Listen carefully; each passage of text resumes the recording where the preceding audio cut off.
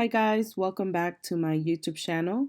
This is Nancy from nancybadillo.com and welcome to another episode of Etsy Shop Critique. If this is your first time visiting my YouTube channel and you want to scale your business to the next level, don't forget to go ahead and subscribe today. I upload weekly videos about building an impactful brand online, so make sure that you subscribe today.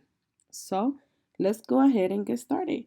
On today's video, I'm doing a critique on the store called Pida Poof Designs.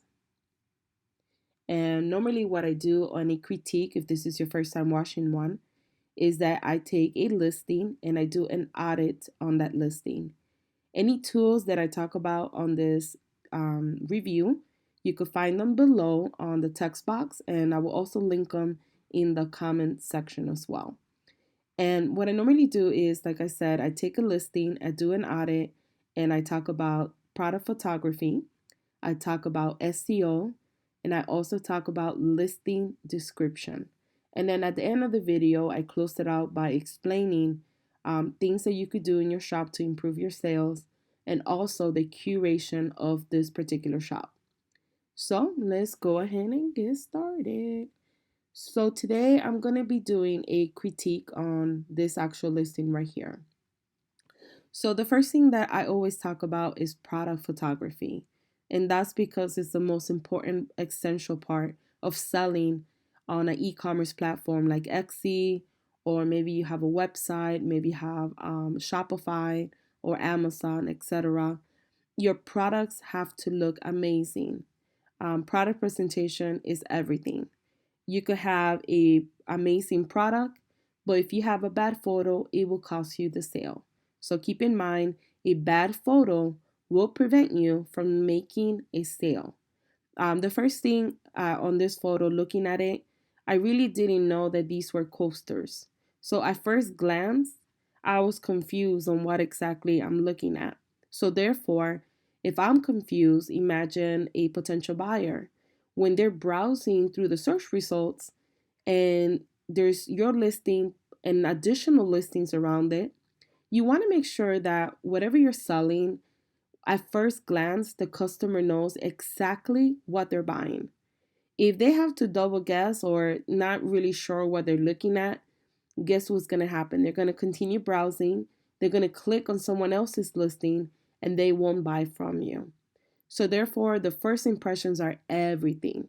Also, you have to make sure that your pictures are cropped in a complimentary way. So this photo is getting cut off at the bottom of the photo. So right there is not a good photo. Plus the background, in my opinion, should be either white or something that complements the actual coaster. Right now it's a little bit too dark. It washes off the product. And when I click on it, the photo itself is not the best. You have a shadow up here. When you go to the other photos, it is, they're not the best photos. It's a little bit glare or a little bit blurry, the photo. So what I would do is I would redo the photos again. I would probably do a square, maybe 4,000 by 4,000 pixels. Have a minimalist look, like maybe a white background. Making sure you take more than 3 photos. Making sure you do at least 7 photos. You could showcase the product. The first one, just a picture of the actual coaster. Maybe the second picture, the coaster being used. Maybe the third picture, the coaster in a different angle. Maybe you zoom into the actual work of it. Have a photo of you packaging it when you mail it out to people. Maybe have another photo letting customers know, hey, check out these Granny Square coasters. Click below to learn more about the product. So having a text image is really important as well because it's a call to action telling the customer what exactly they're looking at just in case there's any confusion. And on top of that, you're telling them to click below to learn more. And the chances of them buying, if the customer stays longer in your particular listing and they start clicking in your store and staying longer, the probability of them buying increases. So therefore, adding these call to actions are really, really important. but I would redo the photos. They're not the best. The sizes are not the best. The way that they look currently right now. And you also want to start thinking about branding. And branding is basically having a set, a set colors that you're going to use throughout all your listings, having a set style, having a set type of font that you would use for your text photos. This is very, very important that you start studying branding, because if you want to scale your business and take it to the next level and be different from every other store, the first thing you have to do also is branding. And branding is going to help you set yourself apart.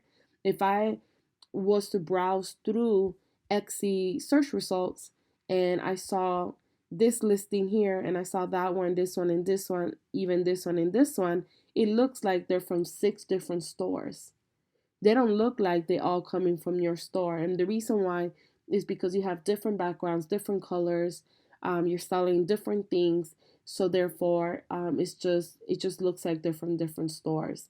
And if you want to separate yourself from everybody else, you have to be able to, when somebody looks at a listing, they know, oh, this is from that same store. Well, at the current moment, you don't have that style. So think about branding as well to scale your business as well. The second thing I want to talk about is SEO, also known as search engine optimization. And SEO is basically how Google or any other search engine understands what exactly you're selling on your page. So when you do, I apologize, with SEO, how it works is that you do research for tags that target your ideal customer. So what you want to make sure that you do is that when you are using keywords, you're describing what exactly you're selling. If you use broad keywords, two things happen. One, you're not targeting your target audience.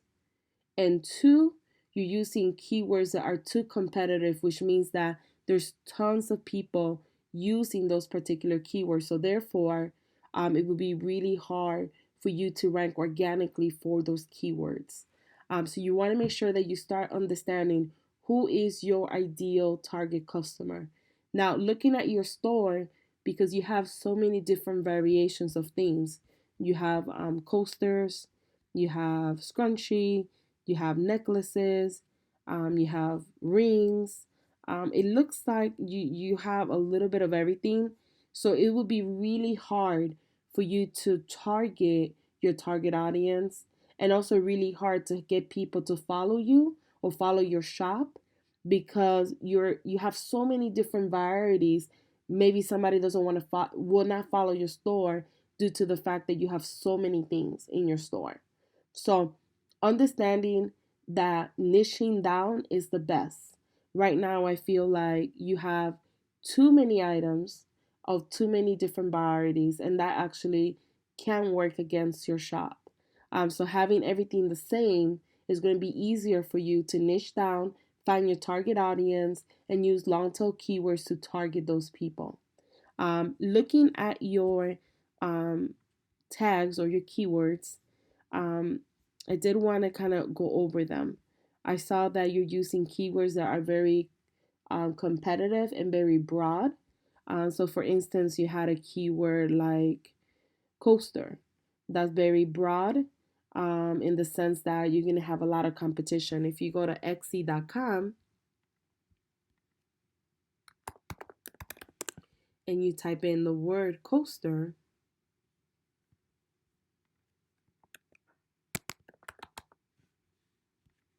there are currently 220,000 listings with that particular keyword. So, therefore, you're going to be competing with all these people. It's going to be really hard for you to compete, especially if you didn't get a lot of traction in the beginning and your listing didn't become bestseller. It's going to be buried in the search results. On top of that, another thing you have to keep in mind is that if you were to run an Etsy promoted listing for this particular listing, your cost per click is going to be really high because there's so much competition with that particular keyword.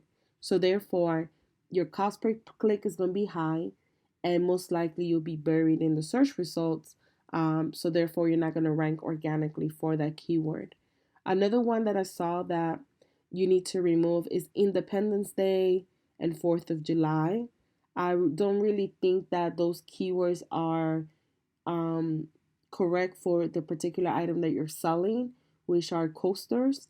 Um, if there were the color of 4th of July, maybe putting something like 4th of July coasters. That way you could target people that are looking for coasters that have like maybe 4th of July colors, but your coasters don't have those colors. Um, in my reasoning behind when I did the research, I wouldn't even use those tags. Um, right here, you have a tag that is a possible spelling error. You have it together, and X is saying that people don't look for this tag like this. The competition is very, very low. As you can see, there's no engagement. That's because no one is searching for it this way. Now, maybe if you do the space, granny space, square coasters, then you'll be able to redo um, the keyword tool and kind of see if there's any competition for it. Making sure that the engagement is high, but the competition is like low to medium. That way you have a chance to rank organically. And also, if you run a promoted listing, your cost per click is not as high. So, yeah, definitely would redo your keywords. This one doesn't come up with any data. And the reason why is because no one is searching for adorable coaster. So keeping in mind that it does take a little bit more time doing research when you're selling stuff, especially when you're in a competitive market. So the first thing to do to stand out from a competitive market is your photos. They have to be amazing.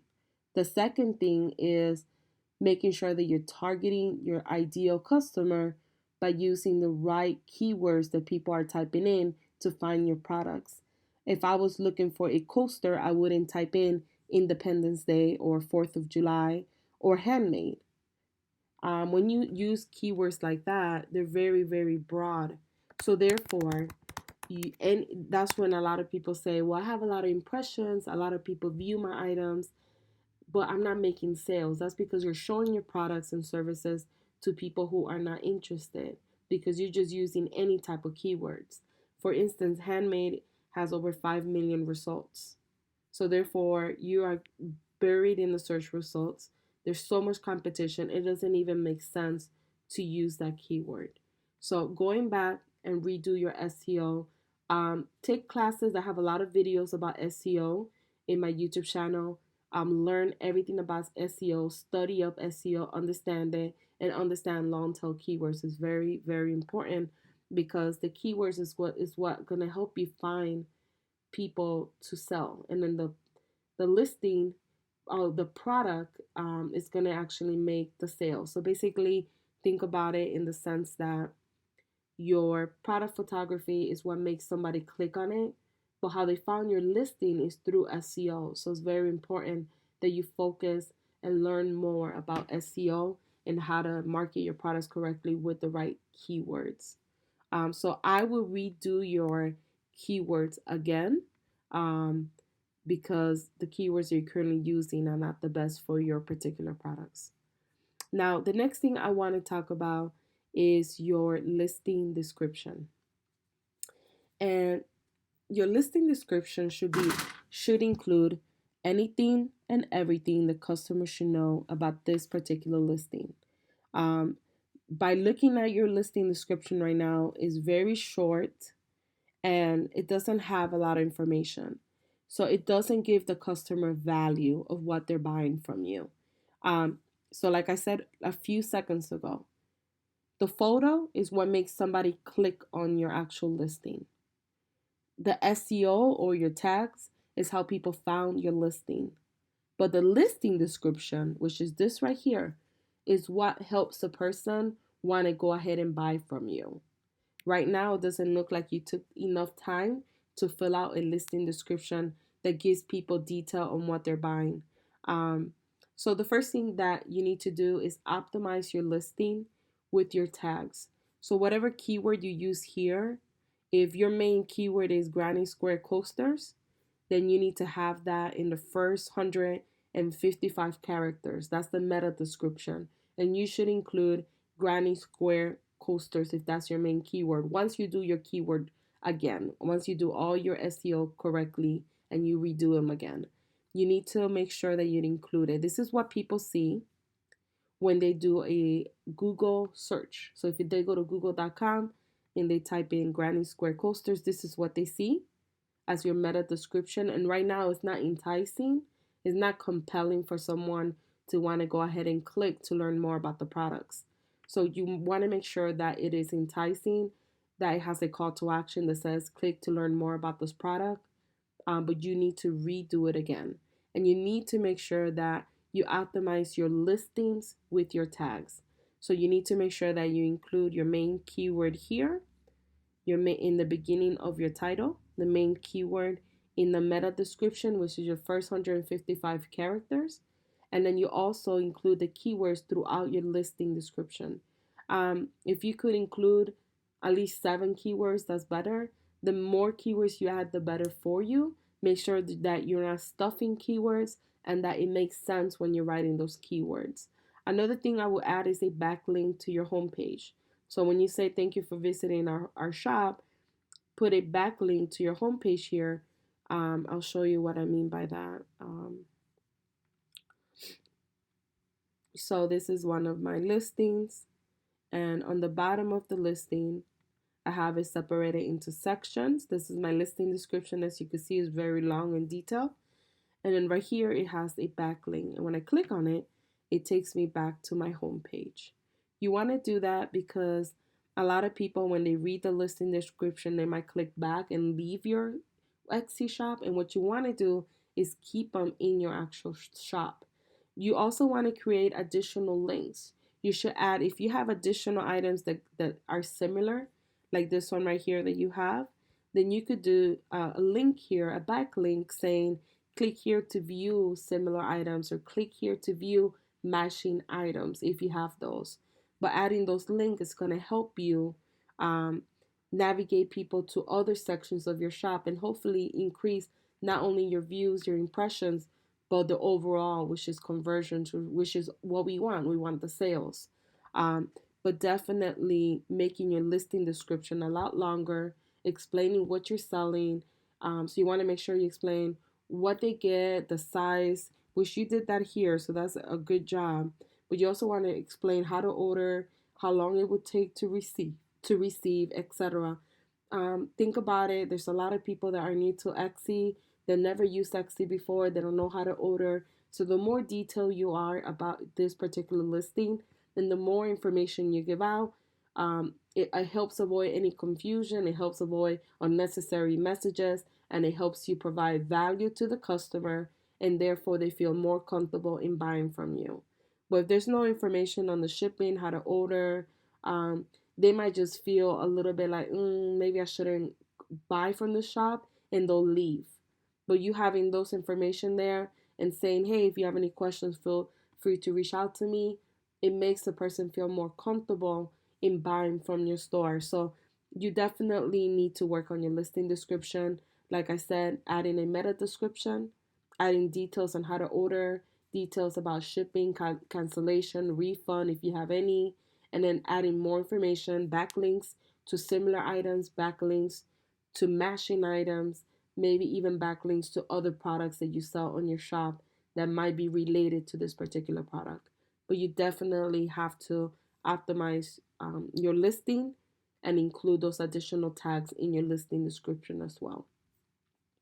Now, the last thing I want to talk about is the curation of your shop. And the curation of your shop is just the overall feel of it, right? So great job of having a photo. Great job of having a logo. Make sure that you add the tagline because anywhere that you could add a tagline, you could add a potential keyword that you could rank for. So you have to always optimize your shop to the fullest. Um, good job for adding a announcement. What I would do is update it. A lot of times people will see this and say, oh, the last time they updated was 2018. They might think that you're not active in the store. So even if you don't change anything, maybe you add one word or remove something, just do it like periodically, maybe every 3 months, so people could see the date and be like, oh, okay, they're active in their store. It doesn't look like it's just a store that no one's really work on. Another thing I would say is your pictures. Like I said earlier, you have too many different stuff in your store. That's just my opinion. I always tell people niche it down. If you have a store that's niche down, it sells better. You'll sell more than when you have too many items of too many things. So that's just my opinion. You don't necessarily have to, um, but it for me it works better that way, and for a lot of people it works better that way because when you have a niche store, people will follow you and possibly favor your shop versus when you don't, people are not going to be so inclined to press follow because you have so many other stuff that they're not interested in. And there's so many stuff now like marketing and emails, and people get so much stuff nowadays that they really don't want to, add more to their list of things that they have to look at later if they're really not interested. Also making sure that you study up branding, making sure that all your pictures look like they come from the same store, making sure that your pictures are cropped in a complimentary way. This picture is too low, there's no light, so you're not showcasing your beautiful product the correct way. Making sure that you have photos that don't have that much distraction in the background. They take away from the actual product that you're selling.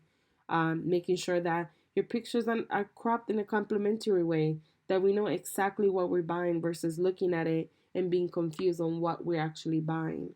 So these are important things that I would recommend for you to do. Great job on your About Me section and adding photos. Um, Also with your About Me, just making sure that right here you fix the space right here.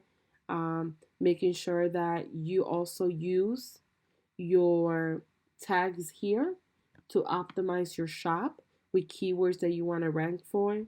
Um, I will put a picture here of yourself, Ella. Let's see what else. And reviews, you have none at the moment. Okay. Oh, you do have one, so perfect. One from 2017.